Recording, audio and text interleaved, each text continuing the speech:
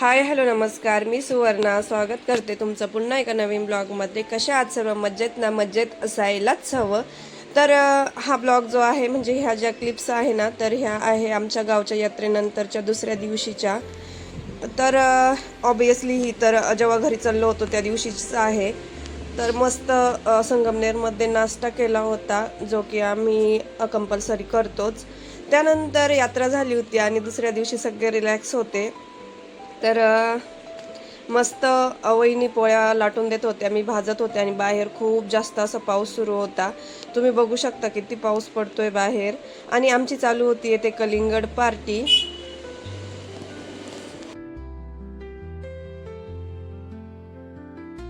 तर छान असं आमचा यशदादा कलिंगड जे होतं ते कट करत होता. एक जसं जसं पुन्हा कोणाला समजतंय तसं तसं येत होतं कलिंगड खाण्यासाठी. येते शिव आणि शिवचे बाबा.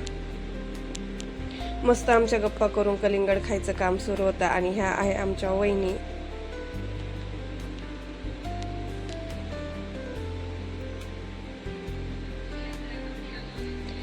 त्यानंतर मस्त असं आम्ही कलिंगड एन्जॉय केलं. आणि माझा अवतार थोडासा इग्नोर करा.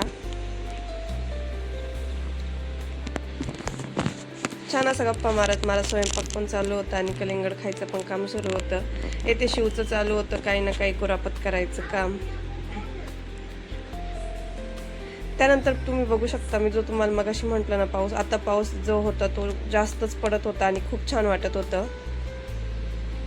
बघा आमच्याकडचा पाऊस.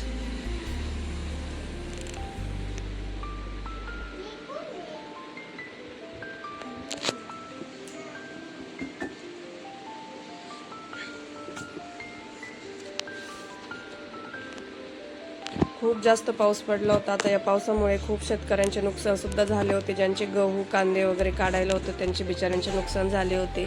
त्यानंतर आमचं बऱ्यापैकी सगळं आवरलं होतं आणि इथं सिद्धी आणि शिवचं चालू होतं. हे काय होतं ते नौटंकी. सिद्धीने शिवला अशी माझ्या ओढणीची जी होती ती साडी घातली होती आणि तोच बघत होता आरशात. त्यांचं काय चालू होतं त्यांच्या दोघांनाच माहीत होतं. आणि बघा तो खूप लाजल्यासारखं सुद्धा करत होता, म्हणजे एवढंसं याला काय कळत होतं साडी वगैरे. सिद्धीचं सारखं साडी घालायचं काम चालू होतं आणि त्याला ती ठेवायचीच नव्हती. सिद्धी बिचारी सारखी आमची सिद्धी साडी घालून देत होती, हा आणि हा काढतच होता. तर मस्त जेव्हा गावाकडे असतं ना तेव्हा ह्या ज्या मेमरीज असतात ना ह्या टिपायला खूप छान वाटतं, खूप भारी वाटत होतं. आणि हा ब्लॉग खरंच खूप दिवसानंतर पोस्ट होणार आहे. त्यानंतर ना आम्ही गेलो होतो दुसऱ्या दिवशी मंदिरात. आणि आता मी जाणार होते माहेरी, तर म्हटलं चला आपण दर्शन घेऊन जाऊया. ज्या गावची यात्रा होती ना त्याच गावचं हे मंदिर होतं. मस्त असं यात्रेमुळे वरती मांडव घातलेला होता, जो की खूप छान दिसत होता. त्यानंतर आणि एंट्री करतानाच ना खूप मोठी अशी दीपमाळ आहे बाहेर. पाऊस झालेला असल्यामुळे सगळीकडे पाणी पाणी होतं. त्यानंतर ना हे मंदिर जे आहे ना ते खूप म्हणजे खूप जुनं आहे. आता त्याचं काही काम केलं आहे, कलर वगैरे दिला, त्यामुळे ते खूप छान दिसतं आता. आणि अगोदर एक नंदी लागतो, त्यानंतर घोडा. ऑब्वियसली हे भैरवनाथांचं आहे, सो नंदी आणि घोडा तर असतोच. त्यानंतर आमच्या गावातले जे मंदिर आहे त्याच्यातल्या इतक्या सुंदर मूर्ती आहेत ज्या की तुम्ही बघू शकता. आणि यात्रा असल्यामुळे मस्त डेकोरेशन केलं होतं. त्यांना छान कपडे सुद्धा घातलेले होते जे की खूप सुंदर दिसत होते. त्यानंतर ना ते तळी भरायचं काम चालू होतं. तर शिव आणि बाबांनी सुद्धा दोघांनी मिळून त्यांना तळी भरू लागले, जे की आम्हाला मान भेटला होता. खूप छान वाटलं. त्यानंतर आता आम्ही निघालो होतो माझ्या माहेरी. खूप छान असा पाऊस पडून गेल्यामुळे खूप सुंदर अशी झाडं दिसत होती. आणि हा रोड पहिले खूप खराब होता, बट त्याचं काम झाल्यामुळे ना खूप भारी वाटतो, म्हणजे छान झालाय तो रोड. आणि तिथून जायला खरंच खूप भारी वाटतं, कारण हे पूर्ण झाडं आहेत ना, पूर्ण ग्रीन आहे, जेणेकरून ते खूप छान दिसत होते. म्हटलं घरी काहीतरी खायला नेऊया. तर श्रीरामपूरमध्ये ना आम्हाला हे दिसलं होतं, याला खाजला म्हणतात.